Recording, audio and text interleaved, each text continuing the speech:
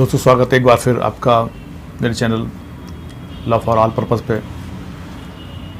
आपको मेरी वीडियो पसंद आ रहे हैं और कमेंट्स बॉक्स से मुझे पता पड़ रहा है। थैंक यू मित्रों, माय डियर स्टूडेंट्स।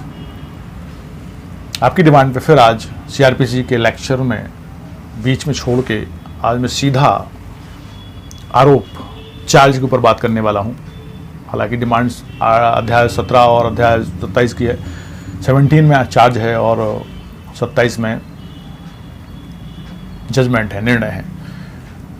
जब हम सीआरपीसी शुरू करते हैं तो उसमें क्लॉज का डेफिनेशन क्लॉज का सेक्शन 2 आता है, जिसका सेक्शन 2B में चार्ज के बारे में लिखा है। चार्ज से मतलब है चार्ज के अंतर्गत शीर्ष के अंतर्गत आने वाले सारे आरोप। एक्चुअल में आरोप है क्या, हम थोड़ा सा आरोप को समझ लें, उसके बाद हम अपने सेक्शन वाइज जो अध्याय 17 में 211 से 224 तक हैं उनको देखेंगे।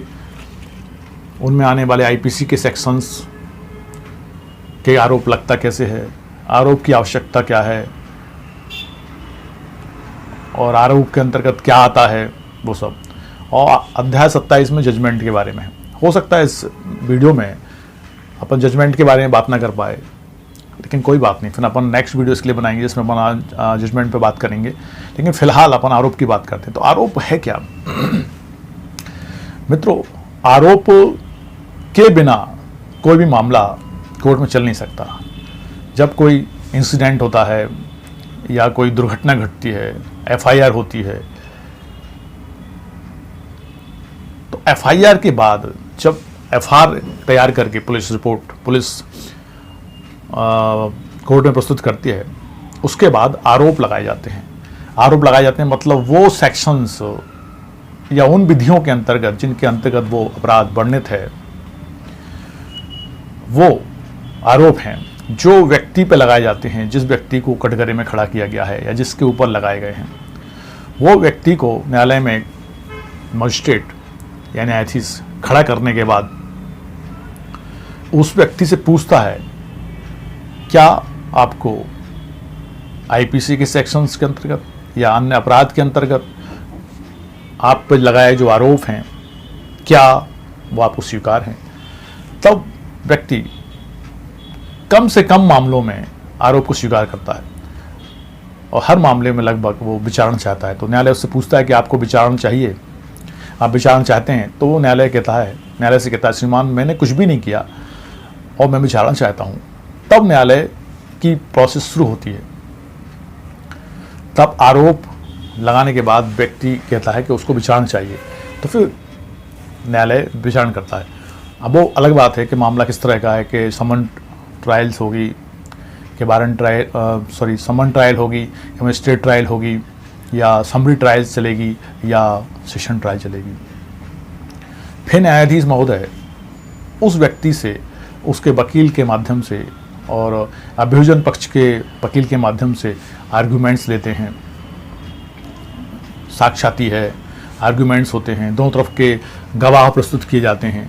गवाहों के बाद दोनों वकीलों को मौका दिया जाता है कि वो अपनी अपनी बात सिद्ध करने के लिए आर्ग्यूमेंट्स दें। आर्ग्यूमेंट्स में रेफरेंसेस दिए जाते हैं, रेफरेंसेस के प्रूफ दिए जाते हैं और उसके बाद न्यायालय एक तारीख निश्चित करता है। जब दोनों तरफ के पक्षों को सुनने के बाद, आर्ग्यूमेंट्स होने के बाद, न्यायालय एक तारीख देता है जिस तारीख में वो निर्णय करेगा और उसके बाद निर्णय आता है।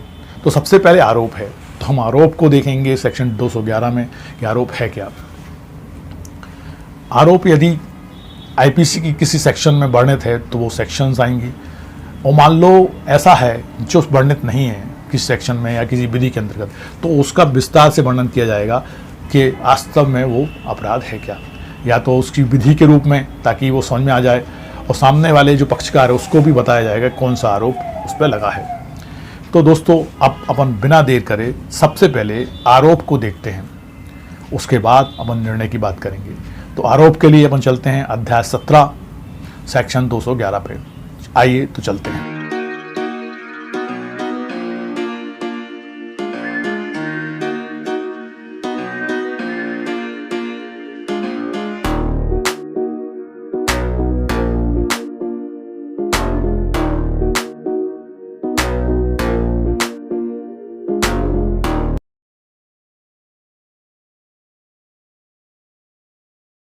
आ गए अपन वापस अध्याय 17 आरोप चार्जेस। इसको भी अध्याय 17 को 2 भागों में बांटा उन्होंने। का आरोपों का प्रारूप मतलब फॉर्म ऑफ चार्जेस, और ख आरोपों का संयोजन मतलब जॉइंट चार्जेस। तो अपन सबसे पहले सेक्शन 211 को देखते हैं, आरोपों की अंतर्वस्तु मतलब आरोप में क्या क्या शामिल रहेगा। तो वो कहते हैं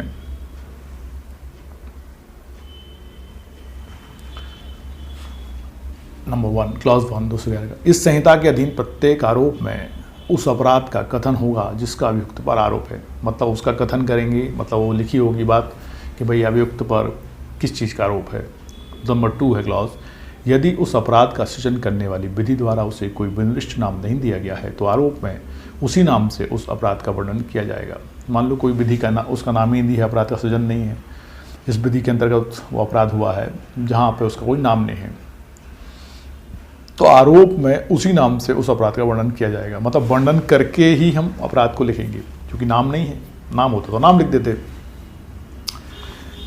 3 है, यदि उस अपराध का सृजन करने वाली विधि द्वारा उसे कोई विनिर्दिष्ट नाम नहीं दिया गया है तो अपराध की इतनी परिभाषा देनी होगी जितनी से अभियुक्त को उस बात की सूचना हो जाए कि जिसका उस पर आरोप है। या तो नाम होगा अपराध का, यदि नाम नहीं है अपराध का तो उसकी इतनी परिभाषा देनी होगी जिससे उस व्यक्ति को यह अनुमान हो जाए कि उसके ऊपर किस बात का आरोप है, किस अपराध का आरोप लगा हुआ है। मतलब उसको डिफाइन करना पड़ेगा। 4 वह विधि और विधि की वह धारा जिसके द्वारा जरूर विरुद्ध अपराध किया जाना कथित है आरोप में उल्लिखित होगी। मतलब वह विधि मतलब मान लो IPC है या कोई अन्य विधि है, NDPS एक्ट है, वो विधि का नाम आएगा और विधि की वह धारा आएगी जिसके अंतर्गत वह अपराध उल्लिखित है। मतलब सेक्शन और वो विधि जिसके अंतर्गत वो, जैसे कि IPC की सेक्शन 302 के तहत आपके ऊपर फलानी आपके ऊपर आरोप है, ऐसा करके बोला जाता है। तो वहाँ पे IPC हो गया इंडियन पीनल कोड और सेक्शन हो गया 302। ऐसे यहाँ पे वो सेक्शन बतानी पड़ेगी जिसके अंतर्गत वो अपराध वर्णित है और वो अपराध विधि बतानी पड़ेगी जिसके अंतर्गत की वो अपराध सेक्शन है। क्लॉज 5 यह तथ्य की आरोप लगा दिया गया है इस कथन के समतुल्य है कि विधि द्वारा अपेक्षित प्रत्येक शर्त जिससे आरोपित अपराध बनता है उस विशिष्ट मामले में पूरी हो गई है। मतलब यह तथ्य की आरोप लगा दिया गया है, मतलब आप पे ये आरोप लगा दिया गया, उस पर मतलब आरोपी पे आरोप लगा दिया गया है। इस बात का ये मतलब है कि अपेक्षित प्रत्येक शर्त जो उस सेक्शन को पूरी करती हो वो सारी की सारी उसने पूरी फुलफिल कर ली हैं, इसलिए वो आरोपित अपराध बनता है उस विशिष्ट मामले में पूरी हो गई है। मतलब आरोप लगाया है तो उससे संबंधित सारी प्रक्रिया पूरी कर ली गई है। नंबर 6 आरोप न्यायालय की भाषा में लिखा जाएगा। आरोप उस न्यायालय की भाषा में लिखाया जाएगा जो भी वहाँ की भाषा है, भाषा में लिखा जाएगा। मतलब अंग्रेजी में हो रहा है तो अंग्रेजी में लिखा जाएगा, हिंदी में तो हिंदी, अन्य कोई भाषा वहाँ उपयोग की जाती है तो उस भाषा में जिसमें लिखा जाता है तो न्यायालय की भाषा में वो लिखा जाएगा। तो ये आरोप का सेक्शन 211 का क्लॉज 6 था। अब क्लॉज 7 देखते हैं। और जितने भी ये सेक्शन हैं 211 से 217, 218 से 225 तक, 224 तक, इन सब में जो डिफ़ाइन किए गए दृष्टांत हैं इनके माध्यम से हम और बहुत अच्छे से इसको समझ सकते हैं। परिभाषा से अभी समझ में आता है, यदि उससे समझ में नहीं आए तो फिर अपने लिए उदाहरण पर्याप्त होते हैं। अब क्लॉज 7 कह रहा है यदि अभियुक्त किसी अपराध के लिए पहले दोष सिद्ध किए जाने पर किसी पश्चातवर्ती अपराध के लिए ऐसी पूर्व दोष सिद्धि के कारण वर्धित दंड का या भिन्न प्रकार के दंड का भागी है और वह आश्रित है कि ऐसी पूर्व दोष सिद्धि उस दंड को प्रभावित करने के प्रयोजन के लिए साबित की जाए जिसे न्यायालय पश्चातवर्ती अपराध के लिए देना ठीक समझे, तो पूर्व दोष सिद्धि का तथ्य, तारीख और स्थान आरोप में कथित होंगे। और यदि ऐसा कथन रह गया है तो न्यायालय दंडादेश देने के पूर्व किसी भी समय उसे जोड़ सकेगा। मतलब ये कह रहे हैं कि मान लो किसी अपराध में व्यक्ति पहले से अपराध के लिए दंडित किया गया है और अन्य जो आरोप में फंसा हुआ है तो उसमें उस अपराध का हवाला दिया गया है और जिसमें इसको दंडित किया गया है, तो क्या करना पड़ेगा, उस दंड जिसमें उसको अपराध के लिए दंड मिला है उस दोष सिद्धि का तथ्य देना पड़ेगा, तारीख और स्थान आरोप में कथित होंगे वो सब बताना पड़ेगा।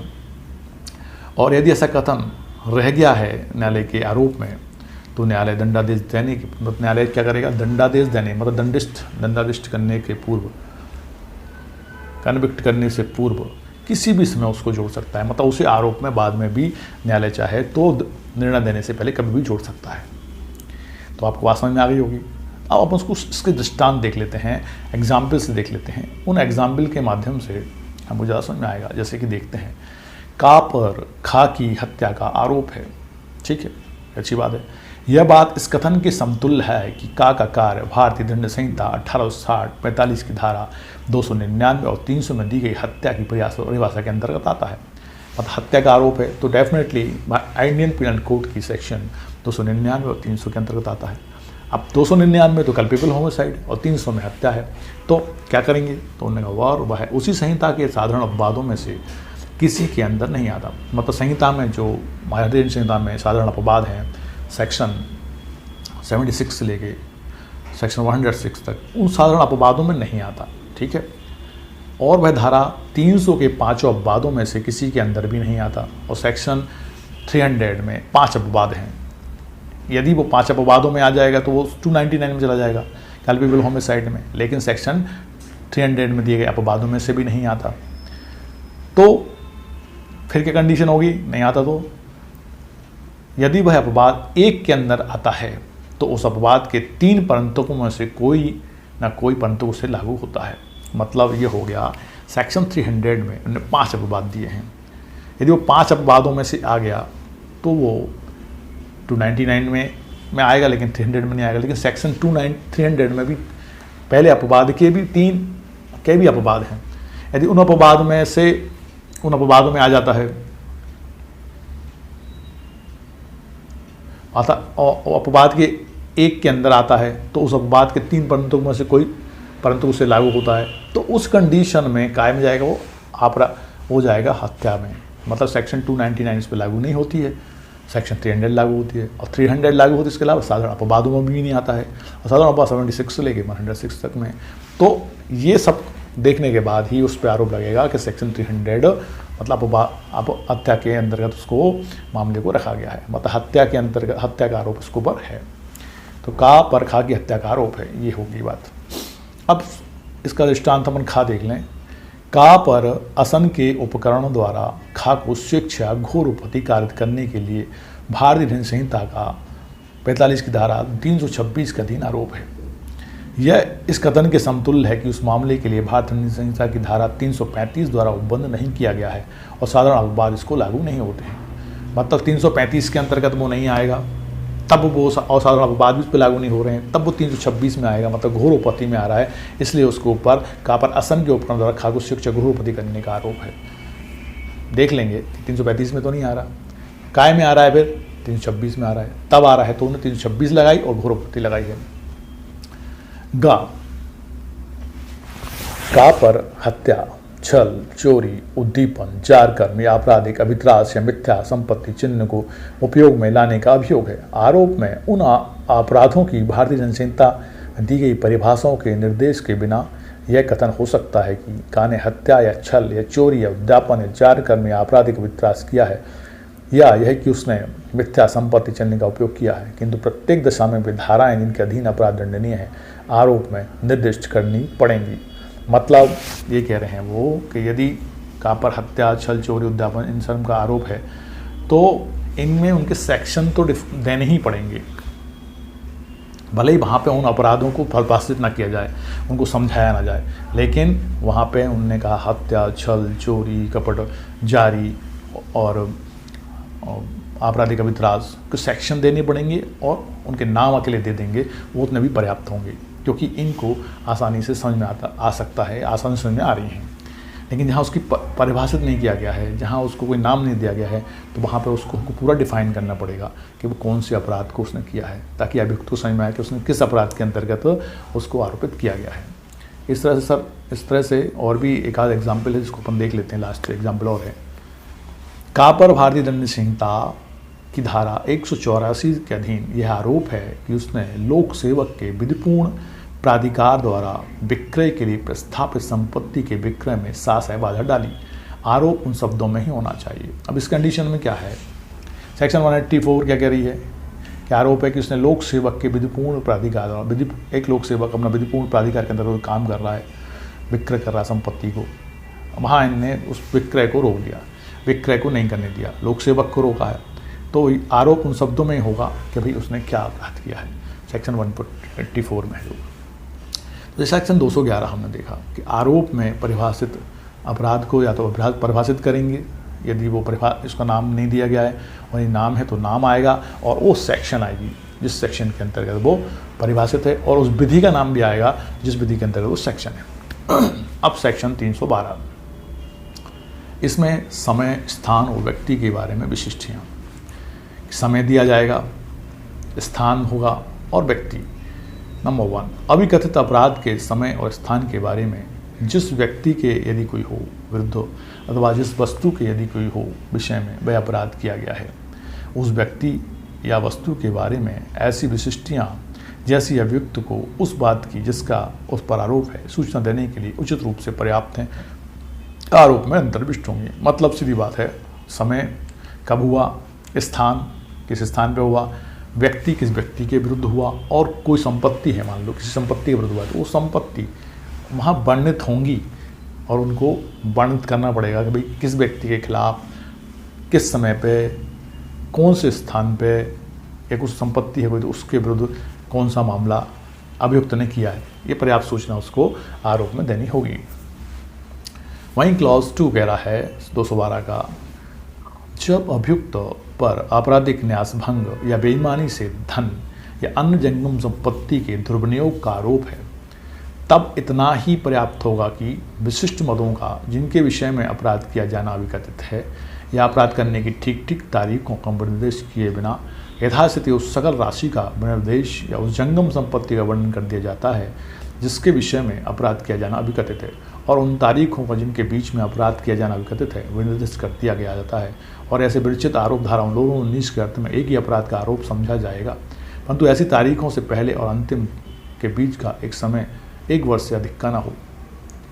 तो इस सेक्शन को यदि हमको समझना है तो हमको ये समझना पड़ेगा कि एक्चुअल में जो भी सेक्शंस आपके आ रहे हैं इसमें आपराधिक दुर्विनियोग का है, आपराधिक न्यास भंग का है, बेईमानी का है, तो इनको चूंकि अपनी वीडियो बहुत लंबी हो जाएगी, मैं सबको एक एक को अलग अलग डिफाइन करने बैठ जाऊँगा, तो यहाँ पे वो जो बता रहे हैं वो इतना समझने लायक है कि यदि ये निर्दिष्ट किए हैं उन तारीखों का जिनके बीच में अपराध का किया जाना अभिकथित है विनिर्देश कर दिया जाता है, और ऐसे परिचित आरोप धारा 219 के अर्थ में एक ही अपराध का आरोप समझा जाएगा यदि वो 1 वर्ष के अंतर में किए गए हैं, 1 वर्ष से बाहर में किए गए हैं, मानो पता तारीख से पहले और अंतिम के बीच का समय 1 वर्ष से अधिक का हो गया है, तो फिर अलग अलग हो जाएंगे वो, है ना, उनको अलग अलग वर्णन करना पड़ेगा।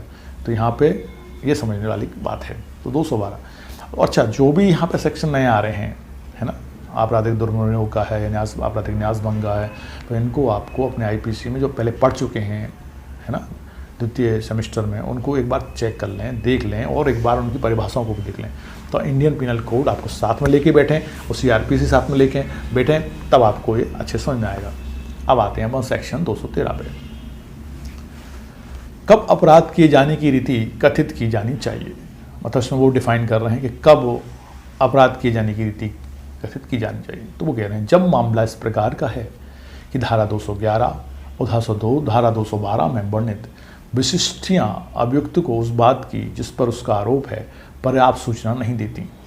मतलब सेक्शन 211 में और सेक्शन 212 में जो विशिष्टियाँ हैं अभियुक्त को उस बात की जिसका मतलब उस व्यक्ति जिस पर आरोप है उसको ये सूचना नहीं मिल पा रही है कि आखिर उसने क्या किया है, उसने किस स्थान पे किया है, किस व्यक्ति के साथ किया है, किस संपत्ति के साथ किया है, और कौन से अपराध अधिनियम के अंतर्गत, कौन सा अपराध विधि के अंतर्गत अपराध किया है, वो समझ में नहीं आ रहा है उसको। तो जिसमें अभिकथित अपराध है क्या किया गया है वो समझ में नहीं आ रहा। तो ऐसी कंडीशन में उसको वो प्रॉपर सूचना देनी पड़ेगी, एकदम अच्छी सूचना देनी पड़ेगी जिसका उस पर आरोप है। पर्याप्त सूचना नहीं देती है तो उस रीति की जिसमें अभिकथित अपराध किया गया है ऐसी विशिष्टियाँ भी जैसे उस प्रयोजन के लिए प्राप्त हैं आरोप में अंतर्विष्ट होंगी। मतलब उसको स्पष्ट समझ में आए ऐसे रूप से उसमें विशिष्टियाँ भी पर्याप्त रूप से वर्णित की जाएंगी आरोप में, यदि उसको समझ में नहीं आ पा रहा है तो। दृष्टांत का पर वस्तु विशेष की विशेष समय और स्थान में चोरी करने का अभियोग है। यह आवश्यक नहीं कि आरोप में वह रीति वर्णित हो जिसमें चोरी की गई, मतलब चोरी है, हम जानते थे 79 में वर्णित है आईपीसी में। अब उस पर किसी वस्तु की चोरी का, वस्तु विशेष की विशेष समय और स्थान में चोरी करने का अभियोग है, ठीक है, लग गया आरोप। यह आवश्यक नहीं है कि आरोप में कि वो चोरी किस विधि से की गई थी वो वर्णित किया जाए, स्पष्ट है, जरूरत नहीं है उसमें। का पर खा से का पर खा के साथ कथित समय पर और कथित स्थान में छल करने का भी योग है। आरोप में वह रीति जिसमें का ने खा के साथ छल किया वो वर्णित करनी होगी। मतलब एक व्यक्ति पर वो वर्णित किया जा रहा है कि उसने छल किया, तो यहाँ पे छल करने से काम नहीं होगा। कौन सी रीति से छल किया है, कैसा छल किया है, वो वर्णित करना पड़ेगा। अब यहाँ का पर कथित समय पर और कथित स्थान में मिथ्या साक्ष्य देने का अभियोग है। कथित समय पर मतलब कोई एक समय हो गया, कथित स्थान मतलब कोई स्थान है, यहाँ मिथ्या साक्ष्य देने का अभियोग है। आरोप में का द्वारा किए गए साक्ष्य का वह भाग वर्णित करना होगा जिसका मिथ्या होना अभिकथित है। मतलब कोई मिथ्या कथन किया है, उस पर आरोप भी लगा दिया, तो कौन सा मिथ्या कथन है वो अंडरलाइन करके या उसको इंडिकेट करके हाईलाइट करके उसको बताना पड़ेगा कि ये मिथ्या कथन किया गया है, तब वो समझ में आना चाहिए आएगा। ऐसे और भी एग्जाम्पल जिन्हें अपन देख सकते हैं, सारे एग्जाम्पल लूँगा तो बहुत समय लग जाएगा। अपन सेक्शन 214 पे आ जाते हैं। आरोप के शब्दों का वह अर्थ लिया जाएगा जो उनका उस विधि में है जिसके अधीन वह अपराध दंडनीय है। आरोप के शब्दों का वह अर्थ लिया जाएगा जो उनका विधि में है जिसके अधीन वह अपराध दंडनीय है। आरोप के शब्दों का वह अर्थ लिया जाएगा मतलब कौन सा सेक्शन का आरोप लग रहा है वो उनके उस विधि में जिसके अधीन वो अपराध दंडनीय है उसके आधार पर उसका मतलब समझा गया। जैसे देखें, प्रत्येक आरोप में अपराध का वर्णन करने में उपयोग में लाए गए शब्दों को उस अर्थ में उपयोग में लाया गया समझा जाएगा जो अर्थ उन्हें इस विधि द्वारा दिया गया है जिसके अधीन ऐसा अपराध दंडनीय है। मतलब मान लीजिए किसी विधि के अंतर्गत उस अपराध को वर्णित किया गया है और जिस विधि के अंतर्गत उसे वर्णित किया गया है जो उसका भाव रहा होगा, विधिज्ञ का भाव रहा होगा, उसी भाव में उसको समझना है। इसको इंटरप्रिटेशन कहते हैं, मतलब अर्थान्वयन। उसी भाव में उसको समझा जाएगा और उसी भाव के अंतर्गत जो उसमें अपराध की दंड की व्यवस्था है वो दंडित अपराध के दंड से उसे दंडित किया जाएगा। आरोप के शब्दों का अर्थ वही लिया जाएगा जो उनका उस विधि में है जिसके अधीन में अपराध दंडनीय है। ठीक है। अब सेक्शन 215 गलतियों का प्रभाव। अपराध के या उन विशिष्टियों के जिनका आरोप में कथन होना अपेक्षित है, कथन करने में किसी गलती को और उस अपराध का उन विशिष्टियों को के कथन करने में किसी लोप को मामले में के किसी प्रक्रम में तभी तात्विक माना जाएगा जब ऐसी गलती या लोप में से अभियुक्त वास्तव में लाभ में पड़ गया और उसके कारण न्याय नहीं हो पाया, अन्यथा नहीं।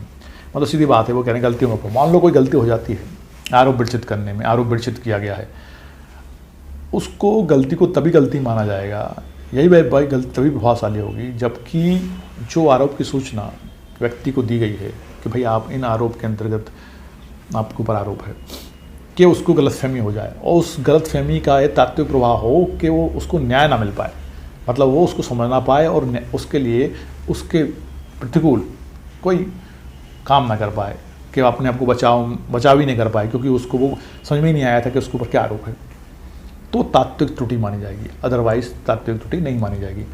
यदि उसको समझ में आ रहा है कि क्या आरोप है उसके ऊपर, भले ही कुछ भी लिखा है वहाँ पे, तो फिर उसको समझ में आ गया है कि उसके ऊपर क्या आरोप है, किसके अंतर्गत उसका मामला चल रहा है, उसने क्या किया था, तो वहाँ तात्विक त्रुटि नहीं मानी जाएगी। अब इसको एक दृष्टांत से समझ लेते हैं फटाक से। कापर भारतीय दंड संहिता की धारा 242 के अधीन यह आरोप है कि उसने कब्जे में ऐसा कूटकृत सिक्का रखा है जिससे वह उस समय जब वह सिक्का उसके कब्जे में आया था जानता था कि वह कूटकृत है और आरोप में कपटपूर्वक शब्द छूट गया है। जब तक यह प्रतीत नहीं होता कि वास्तव में इस लोप से बुलावे में पड़ गया है, इस गलती को तात्विक नहीं समझा जाएगा। हमें सेक्शन 242 यहाँ नहीं समझा रहा हूँ मैं किसी भी, यहाँ पे उस पर आरोप है कि ऐसा कूटकृत सिक्का उसके पास रखा था, जिस समय वह सिक्का उस कब्जे में था जानता था कि वह कूटकृत है। अब यहाँ आरोप में कपटपूर्वक शब्द लिखना भूल गए और उसके कारण वो भुलावे में पड़ गया और उसको समझ में नहीं आया कि वो किस कपटपूर्वक से किसकी बात कर रहे हैं, तो तात्विक होगी। यहाँ पे स्पष्ट है कि कपटपूर्वक उसने कूटकृत का अपने पास रखा था और वो कोई भुलावे में नहीं पड़ा था, तो इस गलती को तात्विक नहीं माना जाएगा। यदि वो भुलावे में पड़ जाए तो तात्विक माना जाएगा। एक एग्जाम्पल और ले लेते हैं अपन। अच्छा, एग्जाम्पल डी लेते हैं। का पर 21 जनवरी 1882 को खुदा बख्श की हत्या करने का आरोप है। एक व्यक्ति है, इस पर 21 जनवरी 1882 को खुदा बख्श की हत्या करने का आरोप है। ठीक है। वास्तव में मृत व्यक्ति का नाम हैदर बख्श था, मतलब नाम अलग लिख दिया गया है और हत्या की तारीख 20 जनवरी 1882 थी। ठीक है, मतलब डेट्स भी अंतर है। कहाँ पर कभी भी एक हत्या के अतिरिक्त दूसरी किसी हत्या का आरोप नहीं लगाएगा। मतलब जो व्यक्ति जिस पर हत्या का आरोप लगाया उस पर एक जो हत्या का मामला चल रहा है वही लगाया गया, इसके अलावा कोई मामला हत्या का उसके ऊपर नहीं है। और उसने मजिस्ट्रेट के समक्ष हुई जांच को सुना था। ठीक है, जिसमें हैदर वक्स के मामले का ही अनन्य रूप से निर्देश किया गया था। न्यायालय इन तथ्यों से अनुमान कर सकता है कि का उससे बुलावे में नहीं पड़ा था और आरोप में है गलती तात्विक नहीं है। मतलब ना तो वो किसी बुलावे में पड़ा, ठीक है, और इसके अलावा एक ही हत्या के मामले का उस पर आरोप था जिसको वो चल रहा था, और उसको उसने न्यायालय में सुना भी था, जहाँ पे खुदा बख्श की जगह हैदर बख्श कहा जा रहा था और डेट्स में भी अंतर था। वो उसको वही समझ रहा था और उसने वही समझ के अपने आप को बचाव के लिए सारे पक्ष रखे। मतलब वो किसी भुलावे में नहीं था, तो इसको तात्विक गलती नहीं माना गया और सही माना गया। अब दूसरे मामले में जस्टिस के अपोजिट है, जो का पर 20 जनवरी 1883 को हैदर बख्श की हत्या और 21 जनवरी 1882 को खुदा बख्श की, जिसने उसे हत्या के लिए गिरफ्तार करने का प्रयास किया था, हत्या करने का आरोप है। जब वह हैदर बख्श की हत्या के लिए आरोपित हुआ तब उसका विचारण खुदा बख्श की हत्या के लिए हुआ। उसकी प्रतिरक्षा में उपस्थित साक्षी हैदर बख्श वाले मामले में साक्षी थे। न्यायालय इससे अनुमान कर सकता है कि का बुलावे पड़ गया था और वह गलती तात्विक थी। मतलब एक मामले में हत्या का मामला है, दूसरा अगली तारीख में एक हत्या का मामला है, जिसमें दोनों में वो आरोपी है। एक में उसने एक व्यक्ति को मारा है, दूसरे में उस व्यक्ति को मारा है जो उसकी गिरफ्तारी करने का प्रयास कर रहा था। अब मामला चल रहा है खुदा बख्श का और हैदर बख्श वाले गवाह उसमें आ रहे हैं, तो वो कन्फ्यूज़न में पड़ जाता है और बुढ़ापे में पड़ के अपना पूरा अच्छे तरह विचार नहीं करवा पाता। तो इस वृत्ति को न्यायालय ने तात्विक माना, क्योंकि यहाँ पे मामले अलग अलग हैं, अलग अलग मामले, और दो मामले हैं जिसमें से एक मामले के जो गवाह हैं दूसरे मामले में भी आ रहे हैं, तो वो बुढ़ापे में पड़ गए कौन से मामले के गवाह। ठीक है, तो ये तात्विक गलती ही मान सकते हैं। सेक्शन 216 न्यायालय आरोप परिवर्तित कर सकता है। न्यायालय आरोप कैसे परिवर्तित कर सकता है, हमने कहा क्लॉज 1, कोई भी न्यायालय निर्णय सुनाए जाने के पूर्व किसी समय किसी भी आरोप में परिवर्तन या परिवर्धन कर सकता है। न्यायालय चाहे तो निर्णय सुनाने से पहले, मतलब जजमेंट आए उससे पहले किसी भी समय आरोप में तो परिवर्तन कर सकता है, चेंज कर सकता है। दूसरा, परिवर्तन के समय बढ़ा सकता है। दूसरा, ऐसा प्रत्येक परिवर्तन या परिवर्धन अभियुक्त को पढ़कर सुनाया और समझाया जाएगा। मतलब जो भी परिवर्तन होगा या जो भी परिवर्धन होगा, बढ़ेगा मामला, उसमें नए आरोप जुड़ेंगे, तो वो सब उसको पढ़कर सुनाए जाएंगे और समझाए जाएंगे। बिना पढ़ाए, बिना उसको बताए या बिना उसको समझाए उनको नहीं जोड़ा जाएगा। क्लॉज 3,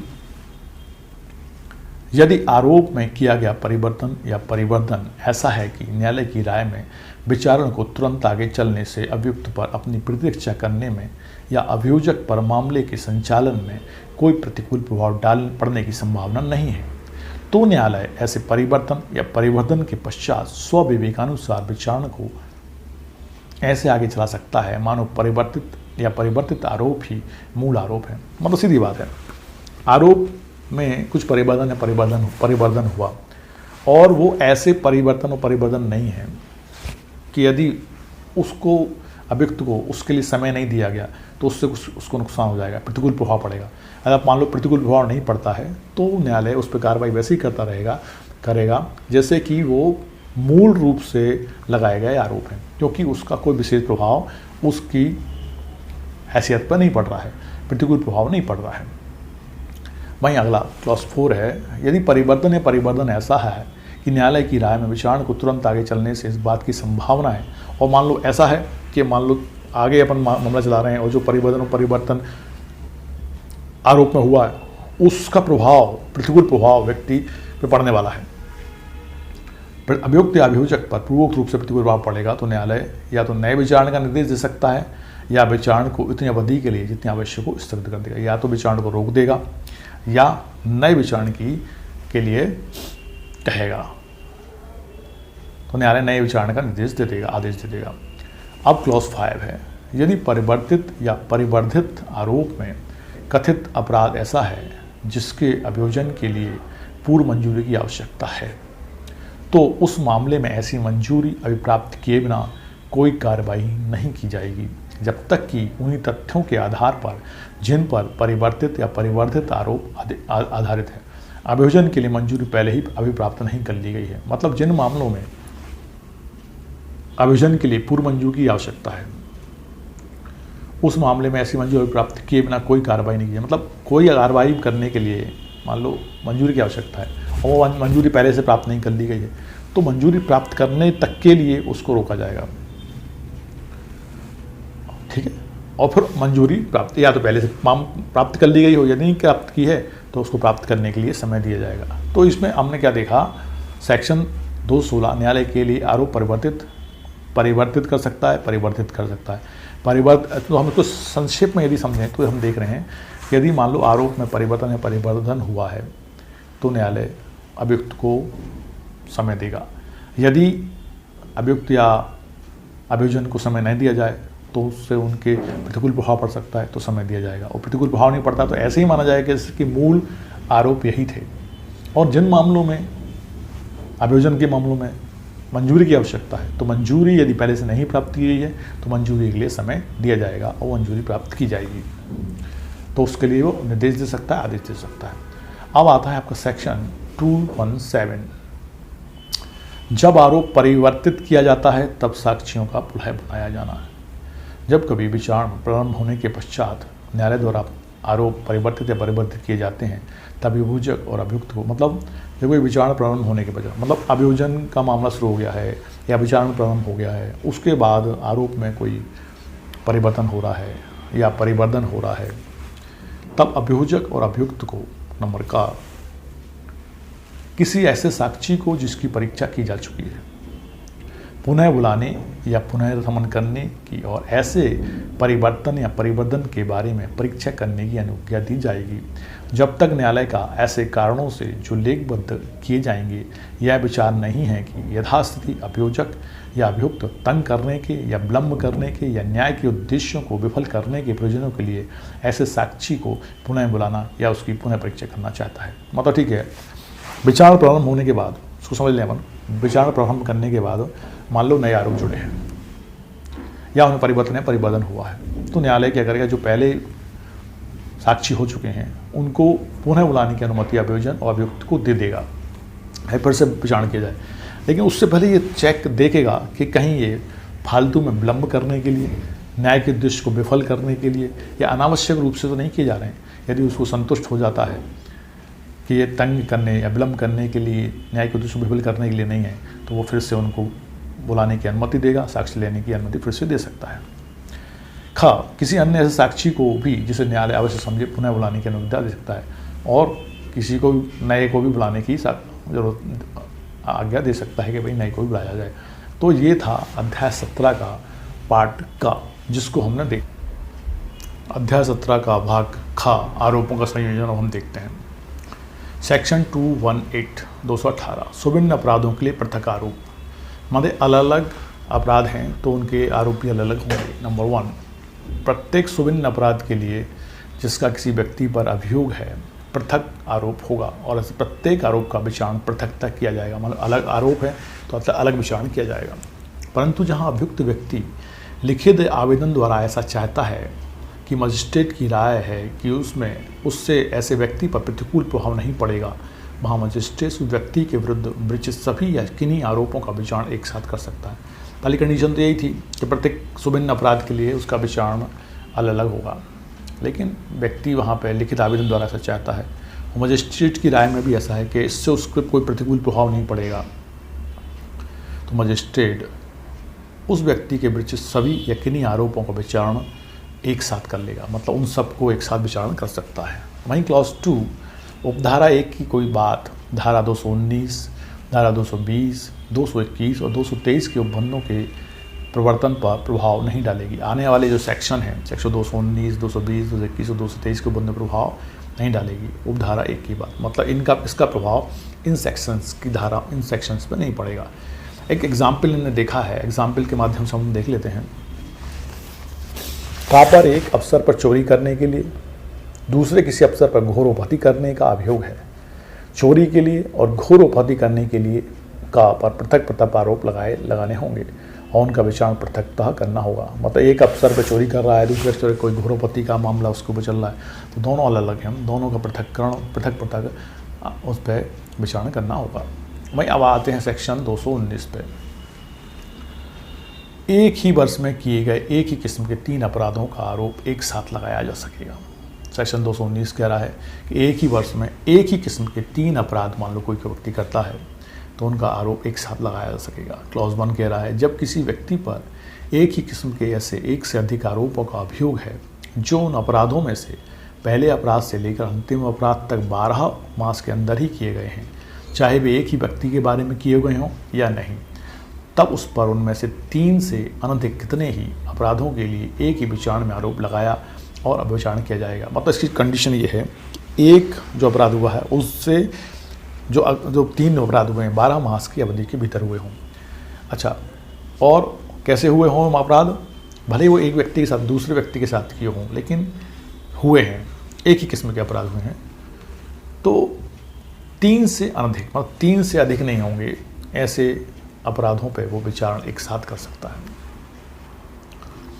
विचारण में आरोप लगाया जाएगा और विचारण किया जा सकता है। वहीं क्लॉज 2 कह रहा है 219 का, अपराध एक ही किस्म के तब होते हैं जब वे भारतीय दंड संहिता 1860 का 45 या किसी विशेष या स्थानीय विधि की एक ही धारा के अधीन दंड की समान मात्रा से दंडित हो। तो एक ही जैसे आपराधिक विधि है अपनी आपकी भारतीय दंड संहिता उसके अंतर्गत हैं, और या कोई विशेष स्थानीय विधि है उसके अंतर्गत हैं, किसी एक ही धारा के विधि की एक ही धारा के अधीन दंड की समान मात्रा से दंडनीय है। जैसे 379 3 वर्ष तक कारावास जुर्माना उससे ही दंडित हैं तो उससे दंडनीय हैं तो वो लिए जाएंगे। परंतु इस धारा के प्रयोजनों के लिए यह समझा जाएगा कि भारतीय दंड संहिता की धारा 379 के अधीन दंडनीय अपराध उसी किस्म का अपराध है जिस किस्म का उक्त संहिता की धारा 380 के अधीन दंडनीय अपराध है, और भारतीय दंड संहिता या किसी विशेष स्थानीय विधि की किसी धारा के अधीन दंडनीय अपराध उसी किस्म का अपराध है जिस किस्म का ऐसे अपराध करने का प्रयत्न है जब ऐसा प्रयत्न अपराध हो। मतलब उन्होंने एक एग्जाम्पल दिया है, मान लीजिए हम 379 को देखें, चोरी का अपराध है, 380 में भी उससे संबंधित अपराध है और चोरी का प्रयत्न भी लगभग एक सा अपराध है। तो यदि अपराध 3 तरह के अपराध हैं, 3 तरह के लग रहे हैं लेकिन है एक ही किस्म के, और एक व्यक्ति करता है 1 वर्ष के भीतर में करता है, मतलब 1 दिन से लेके 12 माह के बीच में करता है, एक व्यक्ति के साथ किसी अन्य व्यक्ति के साथ भी करता है, तो एक ही किस्म के अपराध का विचारण उसका आरोप लगा के एक साथ विचारण किया जा सकता है। वहीं सेक्शन 220 एक से अधिक अपराधों के लिए विचारणा। नंबर 1 क्लॉज 1 यदि परस्पर संबद्ध ऐसे कार्यों के जिनसे एक ही समव्यवहार बनता है, एक क्रम में एक से अधिक अपराध एक ही व्यक्ति द्वारा किए गए हैं, तो ऐसे प्रत्येक अपराध के लिए एक ही विचारण में उस पर आरोप लगाया जा सकता है और उसका विचारण किया जा सकता है। ठीक है, मतलब एक ही समव्यवहार बनता है, एक ही क्रम में एक से अधिक अपराध करता जाता है, तो ऐसे प्रत्येक अपराध के लिए विचारण उसका किया जाएगा, तो एक ही बार में उसका विचारण कर लिया जाएगा एक ही विचारण में। उसको अपन क्लॉज 2 में और अच्छे से अभी समझ में आएगा आपको एग्जाम्पल से। अब क्लॉज 2 कह रहा है जब धारा 212 की उपधारा 2 में या धारा 219 की उपधारा 1 में उपबंधित रूप में आपराधिक न्यास भंग या बेईमानी से संपत्ति के दुर्प्रयोग के एक या अधिक अपराधों से आरोपित किसी व्यक्ति पर उस अपराध या अपराधों के लिए किए जाने को सुकर बनाने या छिपाने के प्रयोजन से लेखाओं के मिथ्याकरण के या अधिक अपराधों का अभियोग है, तब उस पर ऐसे प्रत्येक अपराध के लिए एक ही विचारण में आरोप लगाया जा सकता है और विचारण किया जा सकता है। मतलब एक ही क्रम में किए गए अपराधों के लिए विचारण एक साथ किया जा सकता है। क्लॉज 3 यदि अपकथित कार्यों में तत्समय प्रवृत्त किसी विधि की जिससे अपराध परिभाषित दंडनीय हो 2 या अधिक पृथक परिभाषाओं में आने वाले अपराध बनते हैं, तो जिस व्यक्ति पर उन्हें करने का अभियोग है उस पर ऐसे अपराधों में से प्रत्येक के लिए एक ही विचारण में आरोप लगाया जा सकता है और विचारण किया जा सकता है। तत्समय प्रवृत्त किसी विधि में जिसमें अपराध परिभाषित दंडनीय हो 2 या अधिक पृथक परिभाषाओं में आने वाले अपराध है जिस पर उन्हें करने का अभियोग है, तो उन्होंने कहा ऐसे अपराधों में से प्रत्येक के लिए एक ही विचारण में, दोनों अपराधों के लिए जो अलग अलग परिभाषाओं पर हैं एक में ही लेके और विचारण किया जा सकता है। क्लॉज 4 यदि कोई कार्य जिनमें से एक या एक से अधिक से स्वयं अपराध बनते हैं मिलकर भिन्न अपराध बनाते हैं, तो ऐसे कार्यों से मिलकर बने अपराध के लिए और ऐसे कार्यों में से किसी एक या अधिक बने अपराध के लिए अभियुक्त व्यक्ति पर एक ही विचारण में आरोप लगाया जा सकता है और विचारण किया जा सकता है। क्लॉज 5, इस धारा की कोई बात भारतीय दंड संहिता 1845 की धारा 71 पर प्रभाव नहीं डालेगी। धारा 71 में क्या है? सेक्शन 71 ऑफ आईपीसी, कई अपराधों से मिलकर बने अपराध के लिए दंड की अवधि, मतलब कई अपराधों से मिलकर बना अपराध, कोई एक अपराध है उसमें जो अन्य भी बातें हो रही हैं, अन्य भागों से जिनसे मिलकर बना, वो हर एक भाग भी अपराध है। तो महाअपराधी अपने ऐसे अपराधों में से एक से अधिक दंड से दंडित ना किया जाएगा, ऐसा आईपीसी कह रही है। उसको अपन आगे समझते हैं। जहाँ की कोई बात अपराधों को परिभाषित दंडित करने वाली किसी तत्समय प्रवृत्ति विधि की 2 या अधिक पृथक परिभाषाओं में आने वाला अपराध है, अथवा जहाँ की कई कार्य जिनमें से स्वयं एक से या स्वयं एकाधिक से अपराध घटित होता है मिलकर भिन्न अपराध घटित करते हैं, वहाँ अपराधी को उससे गुरुतर दंड से दंडित न किया जाएगा। जो ऐसे अपराधों में से किसी भी एक के लिए वह न्यायालय जो उसका विचारण करे उसे दंड दे सकता हो। अब इसको हम ज़्यादा अच्छे से समझ सकते हैं एग्जाम्पल के माध्यम से। का पर या लाठी से 50 प्रहार करता है, मतलब एक लाठी से वो 50 प्रहार कर रहा है। यहाँ हो सकता है कि का ने संपूर्ण मारपीट द्वारा उन प्रहारों में से हर एक प्रहार द्वारा भी जिनसे वह संपूर्ण मारपीट कथित है या कि स्वेच्छा उपपत्ति कारित करने का अपराध किया हो, मतलब हर एक बार स्वेच्छा उपपत्ति कारित हो रही है, हो सकती है, हो ही रही है। यदि का हर प्रहार के लिए दंडित से दंडित होता है, मतलब हर एक प्रहार में उसके साधारण उपपत्ति होती है, और साधारण उपपत्ति के लिए दंड कितना? 1 वर्ष तक का कारावास। तो ऐसे तो उसने 50 डंडे मारे हैं तो उसको 50 वर्ष तक का कारावास मिलना चाहिए, ऐसा नहीं होगा। किंतु वह संपूर्ण मारपीट के लिए केवल एक ही दंड से दंडित किया जाएगा। वहीं अब खा है, किंतु यदि उस समय जब का या को पीट रहा है माँ हस्तक्षेप करता है, यहाँ बीच में आ गया माँ, और का माँ पर सासह प्रहार कर देता है, तो यहाँ माँ पर किया गया प्रहार उस कार्य का भाग नहीं है जिसके द्वारा का या को स्वेच्छा उपपत्ति कार्य करता है। इसलिए का या को स्वेच्छा उपपत्ति कार्य करने के लिए उपपत्ति के दंड से अलग और माँ पर किए गए प्रहार के लिए उपपत्ति के दंड से अलग दंडित किया जाएगा। भारतीय दंड संहिता 1860 की 45 की धारा 71 पर प्रभाव नहीं डालेगी, मतलब 71 जैसे उसको टैकल कर रहा था वैसा ही करता रहेगा। 220 एक से अधिक अपराधों के लिए विचारण, भले ही विचारण हो लेकिन वहाँ पे दंड की मात्रा जो है एक ही किस्म के एक ही अपराध में यदि वो अपराध बार बार किया गया है और प्रत्येक उसका जो शीर्ष है अपने आप में एक आरोप उतना अपराध रखता है जितना कि जैसे सेक्शन 323 के अंतर्गत लाठी से प्रहार हो रहा है, हर एक लाठी का प्रहार अपने आप साधारण उपपत्ति है, तो वैसे यहाँ पे कहा गया है, तो उसको उसमें से एक दंड दिया जाएगा। और सेक्शन 71 पे सेक्शन 220 ऑफ सीआरपीसी का असर नहीं पड़ेगा। वहाँ पे अब अपन इसमें से एक एग्जाम्पल देख लेते हैं, उदाहरण देख लेते हैं दृष्टांत के अंतर्गत। एक व्यक्ति खा को जो विधिपूर्ण अभिरक्षा में छुड़ाता है और ऐसा करने में कांस्टेबल का को जिसकी अभिरक्षा में खा है घोर उपपत्ति कारित करता है। का पर भारतीय दंड संहिता 1860 का 45 की धारा 225 और 333 के अधीन अपराधों के लिए आरोप लगाया जा सकेगा और वह दोष सिद्ध किया जा सकेगा, मतलब 225 आईपीसी और 330 इनको भी अपन यदि चाहें तो वहाँ जाके आईपीसी में देख सकते हैं। तो अपन इसको अभी नहीं देख रहे हैं, अलग बहुत लंबा वैसे वीडियो हो रहा है अपना, तो अपन इनको आप देख लीजिएगा 225 और 333 के अंतर्गत, क्योंकि यहाँ पे एक तो आप विधिपूर्ण अभिरक्षा छुड़ा रहा है वो, है ना, और दूसरा कांस्टेबल में भी अटैक कर रहा है, तो वो दोनों ही अलग अलग हो जाएंगे। इस तरह से और भी कई एग्जाम्पल्स हैं जिनको आप देख सकते हैं, देख लीजिएगा, और बहुत सारे हैं, ढेर सारे। यहाँ पे उपधारा 3 के दृष्टांत भी दे रखे हैं। उपधारा मतलब उपधाराओं जो सेक्शन 220 है उसकी अलग अलग उपधाराओं के लिए अलग अलग दृष्टांत ढेर सारे दे रखे हैं, तो उनको आप देखेंगे। इसमें से अभी अपन ने उपधारा यहाँ पे 1 का दृष्टांत देखे थे, अब उपधारा 3 के लिए अपन दृष्टांत देख लेते हैं। उपधारा 3 में क्या है, ये देखिए, का बेंत से खा पर सदोष आघात करता है, मतलब सदोष आघात करता है, मैं जानबूझ के वो उस पर आघात कर रहा है। का पर भारतीय दंड संहिता की धारा 352 और 323 के अधीन अपराधों के लिए पृथकतः आरोप लगाया जा सकता है और वह दोष सिद्ध किया जा सकता है। सदोष आघात कर रहा है, बेंत से कर रहा है अटैक, 352 और 323 के अधीन अपराधों के लिए पृथकतः आरोप लगाया जा सकता है और वो दोष सिद्ध किया जा सकता है। तो अपन उपधारा 3 का भी दृष्टांत देख लिया, उपधारा 4 का दृष्टांत देख लेते हैं। एक खाको का लूटता है और ऐसा करने में उसे स्वेच्छा उपपत्ति कारित करता है। एक तो लूट रहा है लूटने के लिए, और दूसरा उपपत्ति भी कर रहा है। तो का पर भारतीय दंड संहिता 1860 का 45 धारा 323 उपपत्ति, 392 मतलब लूट और 394 के अधीन अपराधों के लिए पृथकता आरोप लगाया जा सकेगा और वो दोष सिद्ध भी किया जा सकेगा। तो हमने देखा 320 के जो क्लॉज 1 था, क्लॉज 3 था, क्लॉज 4, उनके अंतर्गत दृष्टांत के माध्यम से उसको अच्छे से समझ लिया। अब सेक्शन 221 पे हम जाते हैं, जहाँ इस बारे में संदेह है कि कौन सा अपराध किया गया है, मतलब यही डाउटफुल है कि अपराध आखिर हुआ कौन सा है। तो उस कंडीशन में सेक्शन 221 हमको डिफाइन करेगी कि अपराध कौन सा हुआ है। तो क्लॉज 1 कह रहा है, यदि कोई एक कार्य या कार्यों का क्रम इस प्रकार है कि यह संदेह है कि उन तथ्यों से जो सिद्ध किए जा सकते हैं, कई अपराधों में से कौन सा अपराध बनेगा, तो अभियुक्त पर ऐसे सब अपराध या उनमें से ऐसा करने का आरोप लगाया जा सकेगा और ऐसे अपराधों में से कितनों ही का एक साथ विचारण किया जा सकेगा या उस पर उक्त अपराधों में से किसी एक को करने का अनुकूल तथा आरोप लगाया जा सकेगा। ठीक है, हम क्या कर रहे हैं, ऐसे बहुत सारे अपराध हो रहे हैं, इस प्रकार है कि समझ में नहीं आ रहा कि कौन सा अपराध हो रहा है।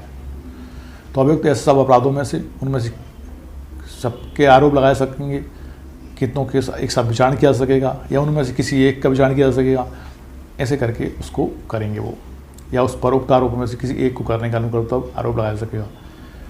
अब क्लॉज 2 कह रहा है, यदि ऐसे मामले में अभियुक्त पर एक अपराध का आरोप लगाया गया है और साक्ष्य से प्रतीत होता है कि उसने भिन्न अपराध किया है, मतलब आरोप किसी चीज़ का लगाया है, अपराध उससे भिन्न किया है, उसके लिए उस पर उपधारा 1 के उपबंधों के अधीन आरोप लगाया जा सकता था, तो वह उस अपराध के लिए दोष सिद्ध किया जा सकेगा जिसका उसके द्वारा किया जाना दर्शित है, यद्यपि उसके लिए उस पर आरोप नहीं लगाया। मतलब बड़ा आरोप किसी चीज़ का किसी अपराध का लगाया, अपराध कोई और हुआ है तो और उस पर आरोप लगाया जा सकता था उसका, तो क्या होगा कि उसको जिस आरोप नहीं लगा है उस अपराध के लिए दोष सिद्ध किया जा सकता है। उसका एक दृष्टांत देखेंगे, एग्जाम्पल देखेंगे तो शायद समझ में आएगा। का पर ऐसे कार्य का अभियोग है जो चोरी की या चुराई की संपत्ति प्राप्त करने की या आपराधिक न्यासभंग की या छल की कोटि में आ सकता है। उस पर चोरी करने, चुराई संपत्ति प्राप्त करने, आपराधिक न्यासभंग करने और छल करने का आरोप लगाया जा सकेगा, अथवा उस पर चोरी करने का या चोरी की संपत्ति प्राप्त करने का या आपराधिक न्यासभंग करने का या छल करने का आरोप लगाया जा सकेगा। ठीक है, मतलब ये आरोप क्या क्या उसके ऊपर आरोप है, चोरी की संपत्ति रखना, अपराध न्यासभंग करना, तो तीनों में से किसी एक का आरोप लगाया जा सकता है या तीनों के आरोप लगाए जा सकते हैं। एक और एग्जाम्पल इसका हम ले लेते हैं। का मजिस्ट्रेट के समक्ष शपथ पर कहता है कि उसने देखा कि खान ने गा को लाठी मारी। सेशन न्यायालय में समक्ष का शपथ पर कहता है कि खान ने गा को कभी नहीं मारा। यद्यपि यह साबित नहीं किया जा सकता कि इन दो परस्पर विरोधी कथनों में से कौन सा मिथ्या है, तथापि का पर सास है मिथ्या साक्ष्य देने के लिए अनिकल्पतः आरोप लगाया जा सकेगा और वह दोष सिद्ध किया जा सकता है।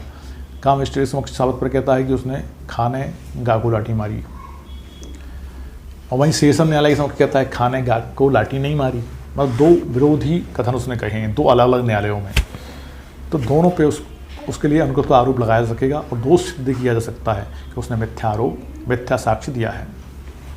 सेक्शन 222, जब वह अपराध जो साबित हुआ है आरोपित अपराध के अंतर्गत है, मतलब जो अपराध साबित हुआ है वो आरोपित अपराधों के अंतर्गत आता है। तो क्लॉज 1, जब किसी व्यक्ति पर ऐसे अपराध का आरोप है जिसमें कई विशिष्टियां हैं जिनमें से केवल कुछ के संयोग से एक पूरा छोटा अपराध बनता है और ऐसा संयोग साबित हो जाता है किंतु शेष विशिष्टियां साबित नहीं होती, तब वह उस छोटे अपराध के लिए दोष सिद्ध किया जा सकता है, यद्यपि उस पर उसका आरोप नहीं था। मतलब क्या कह रहे हैं, वो ये कहना चाह रहे हैं कि किसी व्यक्ति पर ऐसे अपराध का आरोप है जिनमें कई विशिष्टियाँ हैं, जिनमें से केवल कुछ के संयोग से एक पूरा छोटा अपराध बनता है और ऐसा संयोग साबित हो जाता है, संयोग साबित हो रहा है किंतु शेष विशिष्टियाँ साबित नहीं हो रही हैं, तब वह उस छोटे अपराध के लिए दोष सिद्ध किया जा सकता है, यद्यपि उस पर उसका आरोप नहीं था। मतलब आरोप में नहीं कही गई बात, लेकिन वो जो उसके अंदर जो संयोग बन रहे थे उस संयोग में वो अपराध है। और समझेंगे आगे। क्लॉज 2, जब किसी व्यक्ति पर किसी अपराध का आरोप लगाया गया है और ऐसे तथ्य साबित कर दिए जाते हैं जो उसे घटाकर छोटा अपराध कर देते हैं, तब वह छोटे अपराध के लिए दोष सिद्ध किया जा सकता है, यद्यपि उस पर उसका आरोप नहीं था। किसी व्यक्ति पर किसी अपराध का आरोप लगाया, ऐसे तथ्य साबित कर दिए जाते हैं जो उसे घटाकर छोटा अपराध कर देते हैं, यद्यपि उस छोटे अपराध का उस पर आरोप नहीं था। तो आगे, जब किसी व्यक्ति पर किसी अपराध का आरोप है, तब वह उस अपराध को करने के प्रयत्न के लिए दोष सिद्ध किया जा सकता है, यद्यपि प्रयत्न के लिए पृथक आरोप नहीं लगाए वो, मतलब कोई अपराध का प्रयत्न करने का आरोप है उस पर और पृथक उस पर प्रयत्न करने का आरोप नहीं लगाया तो भी वो सिद्ध किया जा सकता है। अगला है, इस धारा की कोई बात कि छोटे अपराध के लिए उस दशा में दोष सिद्ध प्राधिकृत करने वाली न समझी जाएगी जिसमें ऐसे छोटे अपराध के बारे में कार्रवाई शुरू करने के लिए अपेक्षित शर्तें पूरी नहीं हुई हैं। इस धारा की कोई बात किसी छोटे अपराध के लिए उस दशा में दोष सिद्ध प्राधिकृत करने वाली नहीं समझी जाएगी जिसमें ऐसे छोटे अपराध के बारे में कार्रवाई शुरू करने के लिए अपेक्षित मान लो अब जिस छोटे अपराध को सिद्ध कर रहे हैं अपन और उसके लिए आवश्यक अपेक्षित शर्तें पूरी नहीं हुई हैं तो वो छोटे अपराध के लिए उसको दोष सिद्ध नहीं किया जाएगा। इसका आप दृष्टांत देख लेते हैं। का पर उस संपत्ति के बारे में जो वाहक के नाते उसके पास न्यस्त है, न्यस्त है मतलब वो ट्रस्टी है। आपराधिक न्यास भंग के लिए भारतीय दंड संहिता की धारा 407 के अधीन आरोप लगाया उस पर, ठीक है। यह प्रतीत होता है कि उस संपत्ति के बारे में धारा 406 के अधीन उसने आपराधिक न्यास भंग तो किया है किंतु वह उसे वाहक के रूप में न्यस्त नहीं की गई थी, है ना, वाहक के रूप में न्यस्त नहीं की गई थी। वह धारा 406 के अधीन आपराधिक न्यास भंग के लिए दोषित किया सकता है, मतलब भले ही वो वाहक के रूप में न्यस्त नहीं था लेकिन धारा 406 के अंतर्गत अधीन उसे आपराधिक न्यास भंग के लिए दोष सिद्ध कर सकते हैं। तो एक एग्जाम्पल और ले लेते हैं अपन। का पर घोर उपहति करने के लिए भारतीय दंड संहिता की धारा 325 के अधीन आरोप है, ठीक है। यह साबित कर देता है कि उसने घोर और आकस्मिक प्रकोपन पर कार्य किया था। वह उस संहिता की धारा 335 के अधीन दोष सिद्ध किया सकता है, ठीक है। 325 में आरोप था, है ना, और कि उसने घोर उपहति करने के लिए किया था, लेकिन वहीं सेक्शन 335 के अधीन उसको दोष सिद्ध कर लिया है हमने कि उसमें शामिल क्या हो गया, तो घोर और आकस्मिक प्रकोपन वाली बात आ गई थी। तो सेक्शन 335 इसके बारे में छोटा है वो। अब सेक्शन 223 किन व्यक्तियों पर संयुक्त रूप से आरोप लगाया जा सकता है। अब यहाँ पे संहिता में उन्हें ये बताया कि कौन कौन से व्यक्ति हैं जिन पे एक साथ हम आरोप लगा सकते हैं, संयुक्त रूप से आरोप लगा सकते हैं। तो उन्होंने कहा निम्नलिखित व्यक्तियों पर एक साथ आरोप लगाया जा सकता है और उनका एक साथ विचारण किया जा सकता है। नंबर 1 का वे व्यक्ति जिन पर एक ही समव्यवहार के अनुक्रम में किए गए एक ही अपराध का अभियोग है, मतलब एक ही समव्यवहार में एक ही अपराध का आरोप हो रहा है, एक साथ किया है उन्होंने। ख वे व्यक्ति जिन पर किसी अपराध का अभियोग है और वे व्यक्ति जिन पर ऐसे अपराध का दुष्प्रेरण प्रयत्न करने का अभियोग है। वे व्यक्ति जिन पर किसी अपराध का अभियोग मतलब किसी कोई अपराध करने का अभियोग है किसी के ऊपर, और वे व्यक्ति जिन पर उसी अपराध का दुष्प्रेरण या प्रयत्न करने का आरोप है, तो वो तीनों पे एक साथ किया जा सकता है। और किसके ऊपर, वे व्यक्ति जिन पर 12 मास की अवधि के अंदर संयुक्त रूप में उनके द्वारा किए गए धारा 219 के अर्थ में एक ही किस्म के एक से अधिक अपराधों का अभियोग है, मतलब 12 माह के अंदर में एक से अपराध उनमें सेक्शन 219 में जो वर्णित हैं एक ही किस्म के एक से अधिक अपराधों का मामले अभियोग है, तो वो एक साथ उनका विचारण किया जा सकता है। डी वे व्यक्ति जिन पर एक ही समव्यवहार के अनुक्रम में दिए गए भिन्न अपराधों का अभियोग है। वे व्यक्ति जिन पर एक ही समव्यवहार के अनुक्रम में दिए गए भिन्न अपराधों का अभियोग है। व्यक्तियों पर एक ही समव्यवहार के अनुक्रम में कोई का अपराध हो रहे हैं, भिन्न अपराध हैं, एक ही समव्यवहार में हो रहे हैं, तो उन पे भी वो अभियोग एक साथ लगा के एक साथ मामला चलाया जा सकता है। एक ही समव्यवहार के अनुक्रम में, मतलब जो एक अपराध हो रहा है उसी क्रम में और अपराध होते चले आ रहे हैं, भिन्न अपराध भी हैं तो भी। जैसे एक एग्जाम्पल के रूप में ले लें, चोरी करने के घर में चोरी करने में रास्ते में लोग आ गए, परिवार वाले आ गए, तो उनको भी मार पीट दिया, उसके बाद और मारते पीटे चले जा रहे हैं, तो एक ही समव्यवहार है चोरी करने के साथ साथ और भी अपराध हो रहे हैं, तो सब भिन्न भिन्न अपराध हैं लेकिन एक ही समव्यवहार में है तो उनका एक साथ विचारण किया सकता है। अगला है वे व्यक्ति जिन पर ऐसे अपराध का जिसके अंतर्गत चोरी, उद्दापन, छल या आपराधिक दुर्प्रयोग भी है अभियोग है, और वे व्यक्ति जिन पर ऐसी संपत्ति को जिसका कब्जा प्रथम नामित व्यक्ति द्वारा किए गए किसी ऐसे अपराध द्वारा अंतरित किया जाना अभिकथित है, प्राप्त करने या रखे रखने या उसके व्यवहार में या छिपाने में सहायता करने का किसी ऐसे अंतिम नामित अपराध का दुष्प्रेरण या प्रयत्न करने का अभियोग है। तो ये भी व्यक्ति आएंगे। इस तरह से इसमें डिफाइन किए कौन कौन से व्यक्ति हैं जिन पे एक साथ मामले चल सकते हैं। तो सेक्शन लास्ट में 224 को देख लेते हैं। कई अपराधों में से एक के लिए दोष सिद्धि पर शेष आरोपों को वापस लेना। मान लो इसको देखते हैं, जब एक ही व्यक्ति के विरुद्ध ऐसा आरोप विचित किया जाता है जिसमें एक से अधिक शीर्ष हैं, मतलब एक ही आरोप में एक से अधिक शीर्ष हैं, और जब उनमें से एक या अधिक के लिए दोष सिद्धि कर दी जाती है, तब परिवादी या अभियोजन का संचालन करने वाला अधिकारी न्यायालय की सम्मति से शेष आरोप या आरोपों को वापस ले सकता है। मान बहुत सारे शीर्ष थे, उनमें से एक या एक के लिए अधिक में दोष सिद्धि हो गई तो जो अभियोजन जो परिवादी है, परिवाद परिवादी अभियोजन का सृजन करने वाला अधिकारी न्यायालय की सम्मति से शेष आरोपों को वापस ले सकता है, अथवा न्यायालय ऐसे आरोप या आरोपों की जांच या विचारण स्वप्रणाव से रोक सकता है, और ऐसे वापस लेने के प्रभाव ऐसे आरोप या आरोपों से दोष मुक्ति होगी। पता पड़ा कि बहुत सारे आरोपों के शीर्ष हैं, उनमें से कुछ सिद्ध हो गए, कुछ सिद्ध नहीं हुए, तो जिनमें सिद्ध हो गए तो सिद्ध हो गए, बाकी को अभियोजन और परिवादी न्यायालय की अनुमति से वापस ले सकता है, उनको रोक सकता है, बंद कर सकता है। और उसका मतलब क्या होगा? इसका मतलब ये होगा कि उन मामलों में उसको दोष मुक्ति हो गई है, दोष सिद्धियाँ पास कर दी जाती है और न्यायालय में वो दोष मुक्ति हो गई है ना, कर दी जाती है। तो उक्त न्यायालय दोष सिद्धियाँ पास करने वाले न्यायालय के आदेश के अधीन रहते हुए ऐसे वापस लिए गए आरोप या आरोपों की जांच या विचारण में आगे कार्रवाई कर सकता है। किंतु यदि दोष सिद्ध अपास्त कर दी जाती है, वहीं यदि उन्होंने कहा ऐसे आप वापस लेने के प्रभाव वो तो हो गया था, लेकिन यदि दोष सिद्धि अपास्ती कर दी जाती है तो उक्त न्यायालय दोष सिद्धि अपास्त करने वाले न्यायालय के आदेश के अधीन रहते हुए ऐसे वापस लिए गए आरोप या आरोपों की जांच या विचारण में आगे कार्रवाई कर सकता है। मतलब दोष सिद्धि अपास्त की है तो फिर न्यायालय क्या कर सकता है? उनका विचारण फिर से कर सकता है और आगे कार्रवाई कर सकता है कि भैया दोष सिद्धि अपास्त कर दी है। अभी पहले क्या हो रहा था कि बहुत एक शीर्ष में कई शीर्ष हैं, उनमें कई से 2-3 सिद्ध हो गए जिन दोष सिद्धि, बाकी को सबको न्यायालय की अनुमति से उनको हटा दिया, है ना। इसका मतलब ये हो गया कि उन मामलों में उसको दोष मुक्ति हो गई। और मान लो किसी मामले में वो दोष मुक्ति कर दे, वो सारी की सारी जो दोष सिद्धि अपास्ती कर दे, तो न्यायालय के निर्णय के अधीन रहते हुए, न्यायालय के आदेश के अधीन रहते हुए उसको वो क्या करेगा? ऐसे आरोप या आरोपों की जांच या विचारण फिर से कर सकता है, विचारण में आगे कार्रवाई कर सकता है। तो दोस्तों, हमने आरोप देखा। आरोप सेक्शन 211 से लेके 224 तक हैं, जिसमें 211 से 217 तक एक भाग है और 218 से लेके 224 दूसरा भाग है। तो सबसे पहले न्यायालय की कार्रवाई में आरोप होता है। सबसे पहले आरोप के बाद कार्रवाई आगे चलती है। तो आरोप लग गया तो फिर विचारण न्यायालय उस आरोपित व्यक्ति से उसमें विचारणा करवाता है। आरोपित व्यक्ति को विचारणा की प्रोसेस में रखा जाता है कि विचारण किया जाएगा, और यदि विचारण में वो दोषित हो जाता है तो उसको दंडित किया जाता है, और ये दोष मुक्त हो जाता है तो छोड़ दिया जाता है। तो ये न्यायालय की प्रक्रिया का एक प्रथम भाग है, जिसमें आरोप सबसे पहले विवेचित किए जाते हैं। फिर अपन अगले वीडियो में इसी पार्ट में हम निर्णय देखेंगे, जजमेंट, जिसकी डिमांड की थी स्टूडेंट्स ने। तो नेक्स्ट वीडियो तक जय हिंद, जय भारत, अपना ध्यान रखें, खुश रहें।